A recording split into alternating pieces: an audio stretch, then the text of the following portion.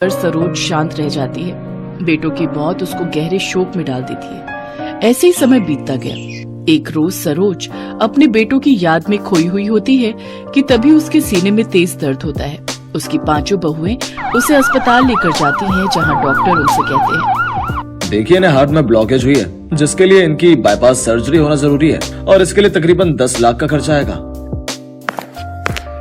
हमें कुछ भी करके माँ जी को बचाना होगा, लेकिन हमारे पास इतने पैसे तो नहीं है।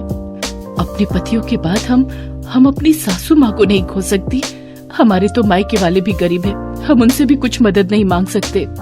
फिर तो एक ही रास्ता है, हमें अपने घर को बेचना होगा।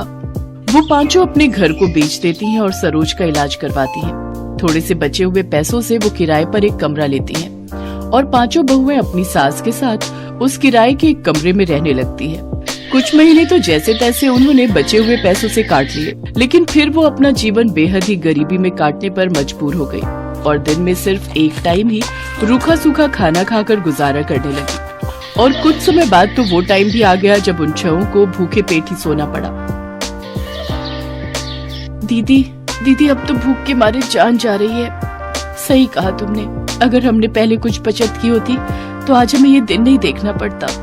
अपनी बहुओं को भूख से तड़पता देख सरोज लाला के पास जाती है और कहती है, लाला मुझे थोड़ा राशन उधार दे दो, हमने 3 दिन से कुछ भी नहीं खाया है। माफ करना सरोज बहन, लेकिन अब मैंने उधार देना बंद कर दिया है। नकद लाओ और राशन पानी ले जाओ। गांव के मंदिर के बाहर बैठकर सरोज भीख मांगने लगती है, लेकिन उस दिन 10 रुपए से ज्यादा उसे 1 पैसा भी नहीं मिलता। उन 10 रुपयों से सरोज आटा खरीद कर ले जाती है, जिससे उसकी बहुएं 6 रोटी बनाती है और सभी एक एक रोटी नमक के साथ खाकर आधा पेट ही सो जाती हैं। ऐसे ही समय बीतता है। पांचों बहुएं सुबह से शाम तक काम की तलाश में निकलती हैं, लेकिन उन्हें कहीं भी काम नहीं मिलता।